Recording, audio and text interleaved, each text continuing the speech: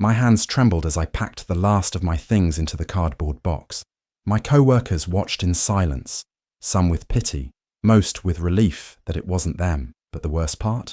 My boss didn't just fire me. She humiliated me, laughed as she did it, called me dead weight in front of the entire staff. What she didn't know was the man walking into that building in 15 minutes had a contract in his bag, and my name was on it. Chinara had worked at Aerotech for 5 full years. She was always the first person to arrive at the office and the last one to leave. She worked hard every single day, never complained, and always did what was asked of her. Her co-workers saw her as someone they could count on, quiet, calm, and very good at her job. But her boss, Madame Mosisi, barely noticed her. It was like Chinara didn't exist. Madame Mosisi only paid attention to people who spoke loudly, dressed expensively, and tried to impress her with fake smiles and office gossip. Chinara was different. She didn't like drama or showing off. She just came to do her work and go home. But in that kind of workplace, being humble made her look weak.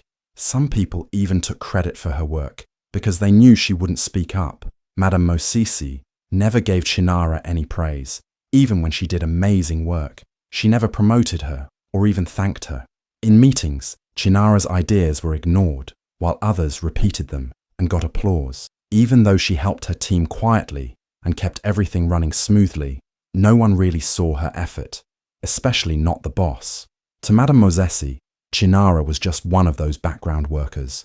Not a star, not a favorite, just there. But Chinara didn't mind. She believed that one day, her hard work would speak for her. She kept going, even when it hurt. But deep down, she started to feel like no matter how much she gave, it would never be enough for people who refused to see her worth. And sadly, she had no idea that her silence and kindness would soon be used against her in the worst possible way. The office was unusually quiet that morning. Everyone sat stiffly in the meeting room, eyes glued to the large screen showing numbers and charts. It was the quarterly results presentation, the one that always made people nervous. Chinara had worked hard on her report. She had stayed up late for nights, making sure everything was correct. She didn't expect praise, but she at least hoped it would go smoothly. When it was her turn to present, she stood up with her usual calmness. She spoke clearly, explaining the progress and numbers with simple points. For a moment, it seemed like everything was going well. But then, in the middle of her explanation, Madame Mosisi raised her hand sharply.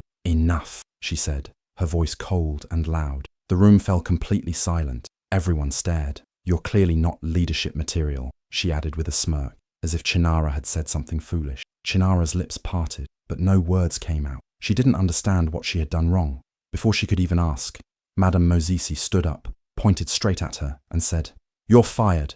Pack your desk and leave by lunch." The words hit like a slap. There was no warning, no private talk, no explanation, just loud public humiliation in front of the entire staff. Some people gasped. Others looked down at their notepads, pretending not to hear. No one moved. No one spoke up for her. Chinara stood frozen. Her heart was beating too fast. Her hands were shaking. She wanted to cry, but her tears wouldn't come. She just stared at the floor, trying to keep her balance as her whole world shifted under her feet. It didn't feel real. After all her years of hard work and loyalty, this was how it ended. Like a scene from a bad dream. But it wasn't a dream. It was real, and it was cruel. Chinara walked slowly to the restroom, her eyes burning, her legs weak like they could give out any moment. As soon as she closed the door behind her, she turned the lock and leaned against the wall. The moment she was finally alone, her body dropped to the floor. That's when the tears came, deep, painful sobs that had been stuck inside her chest. She cried not just because she lost her job, but because of how it happened. It wasn't just being fired. It was the shame. The way Madame Mosisi had done it like she was nothing, like all her years meant nothing. She remembered the nights she stayed at the office long after everyone else had gone home. She remembered skipping weekends with friends, ignoring family dinners, even working during her mother's funeral. Yes, her own mother's funeral. She didn't take a proper break because the company needed her. And now, just like that, they threw her out like trash. The pain was too much to carry. She cried into her hands, hoping no one would hear her from outside the door. Suddenly, her phone buzzed in her pocket. She almost ignored it, but something told her to check. Her fingers, still shaking, unlocked the screen. It was a message, just a few words. "Are you ready for 2 p.m.? KN. She stared at it, confused at first. Then her eyes widened. KN. Those initials. She knew who it was. Her heart skipped. The message was simple, but powerful. She read it again, and slowly her tears began to stop. She wiped her face with the sleeve of her shirt. That message. It reminded her that this wasn't the end. Maybe, just maybe, everything was happening for a reason. She stood up, took a deep breath, and looked at herself in the mirror. Her face was tired, red from crying, but her eyes had a new spark. She didn't know exactly what would happen at 2 p.m., but she knew one thing now. Her story wasn't over. It was just getting started. Months before everything fell apart at work, Chinara had attended a business conference in the city. It was one of those events where people dressed in sharp suits, carried fancy notepads, and smiled only when necessary. Chinara almost didn't go. She wasn't someone who liked crowds or small talk, but something inside her told her to go that day. She wore her simple blue dress, carried her old bag, and hoped to just learn something new and maybe meet someone kind. That's when she met him, Kanyisa and Lovu. He didn't walk around with a big group or act like he was too important to talk to anyone. He was calm, polite, and had a warm smile that made her feel seen. They ended up sitting next to each other during a panel discussion about workplace culture. After the session, they started talking. What was supposed to be a short chat turned into a deep conversation that lasted hours. They sat in a quiet corner of the venue, sipping coffee and sharing their thoughts. Chinara spoke from her heart about how workers should be treated with respect, how leaders should listen more and speak less, how people in offices are more than just numbers. She didn't hold back. She told him how broken systems silence hard-working people and how she believed kindness could be a strong leadership tool. Most people never cared when she said these things before, but Kanyisa listened closely, nodding with interest. When she finished, he looked at her and said, "I invest in people, not just profit. If I ever buy into your company, you'll be the first person I call." She laughed softly, thinking he was just being nice. She thanked him, but deep down, she didn't believe anything would come from it.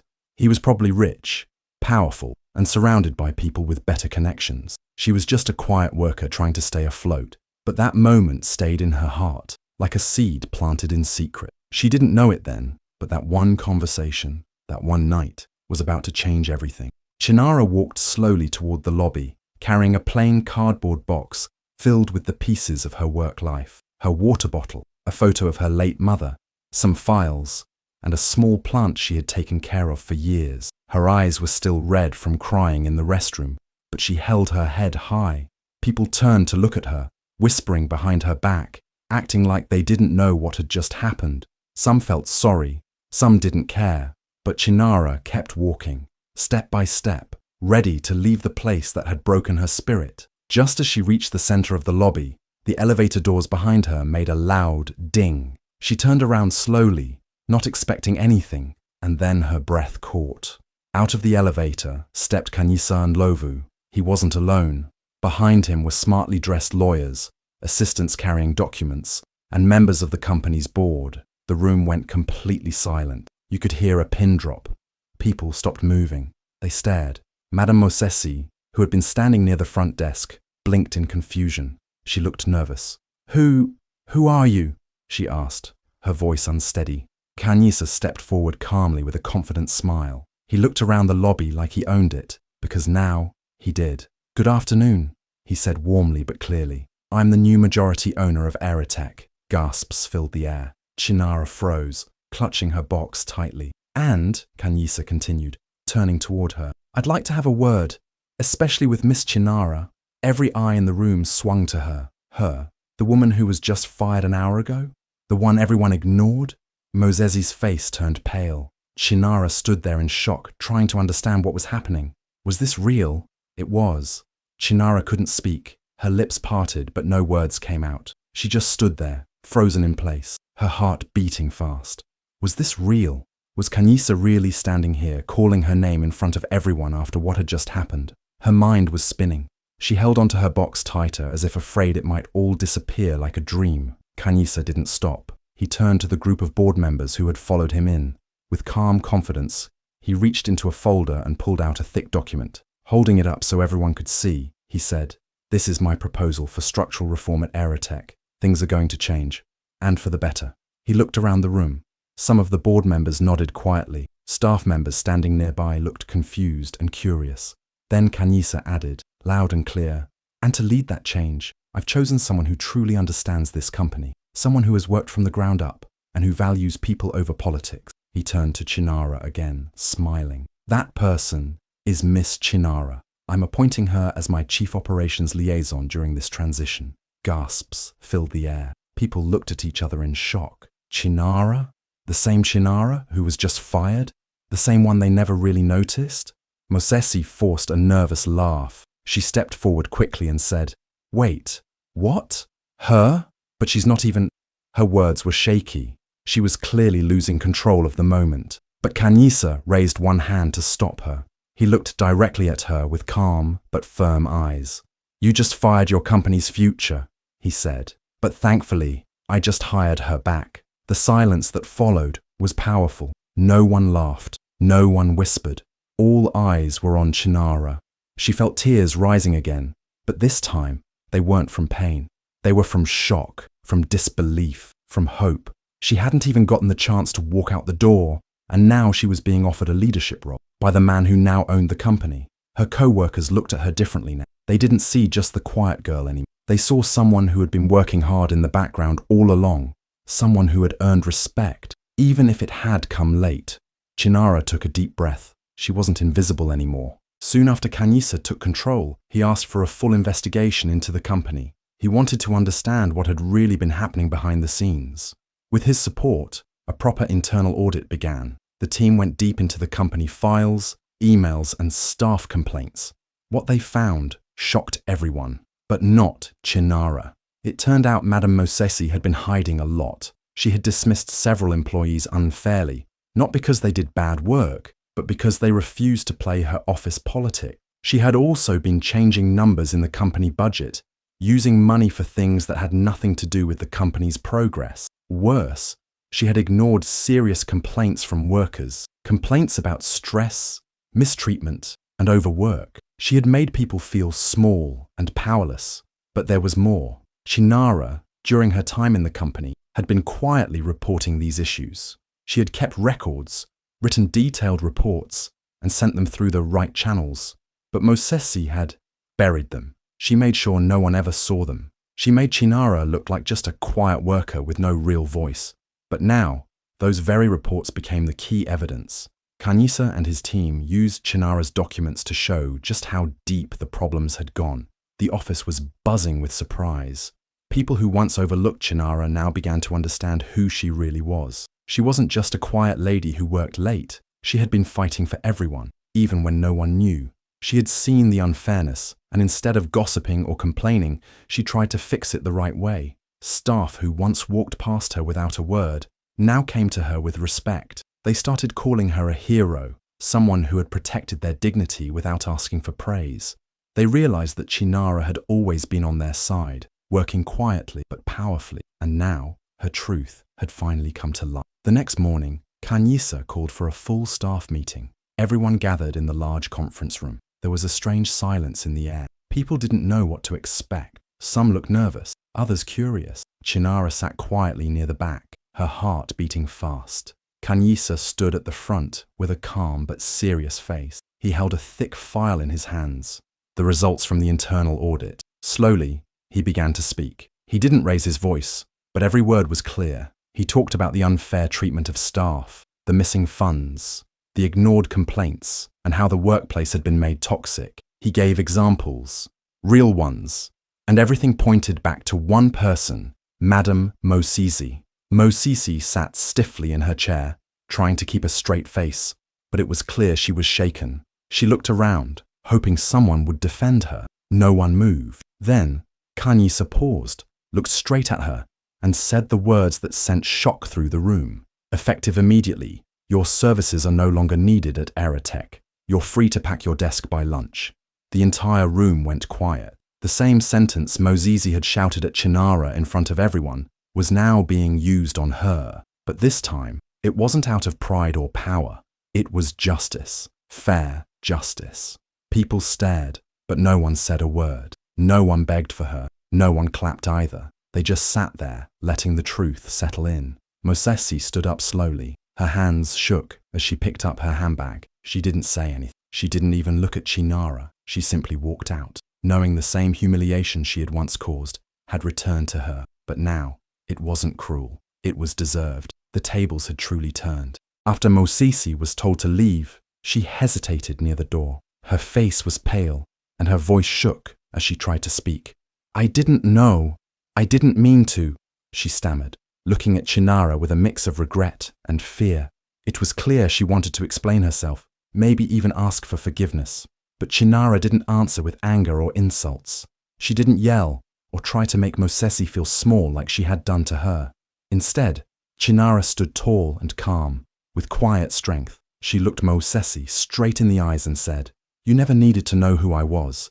You just needed to respect that I existed." Those words were simple but powerful. They held a deep meaning. Chinara was telling everyone watching that respect is basic. It doesn't depend on being loud, flashy, or important. It is about seeing people as human beings, no matter who they are. Chinara didn't cry.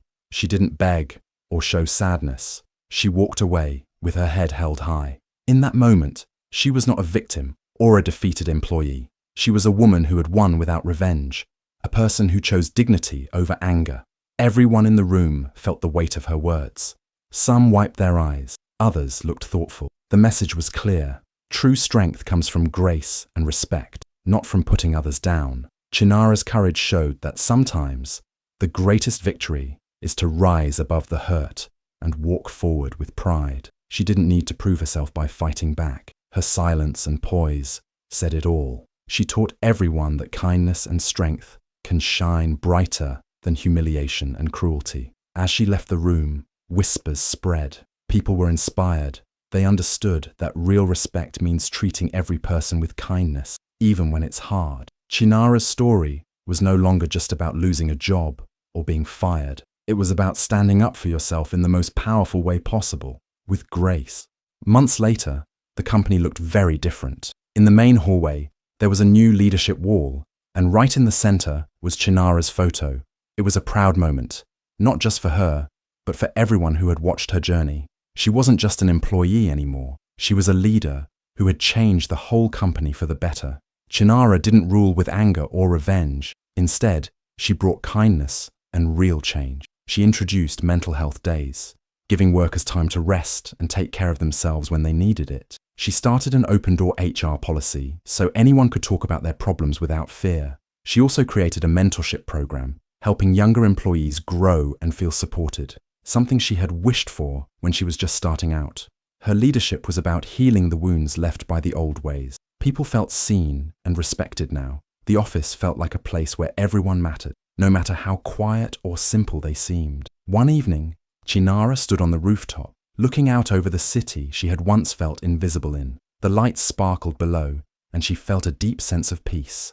She smiled quietly to herself and whispered, "They tried to erase me, but now they print my name on every door." Those words were her victory. From being ignored and humiliated, she had become a symbol of strength and change. Chinara didn't just survive, she thrived. She showed that when you lead with heart and purpose, you don't just win a job or a title, you inspire a whole community and write a new chapter, not just for yourself, but for everyone around you. If you believe everyone deserves respect and a second chance, hit that like button and share this story with someone who needs to hear it today. Don't forget to subscribe for more real-life stories that inspire and empower, because your story could be next. Drop a comment below. Have you ever been overlooked but proved everyone wrong? Let's talk.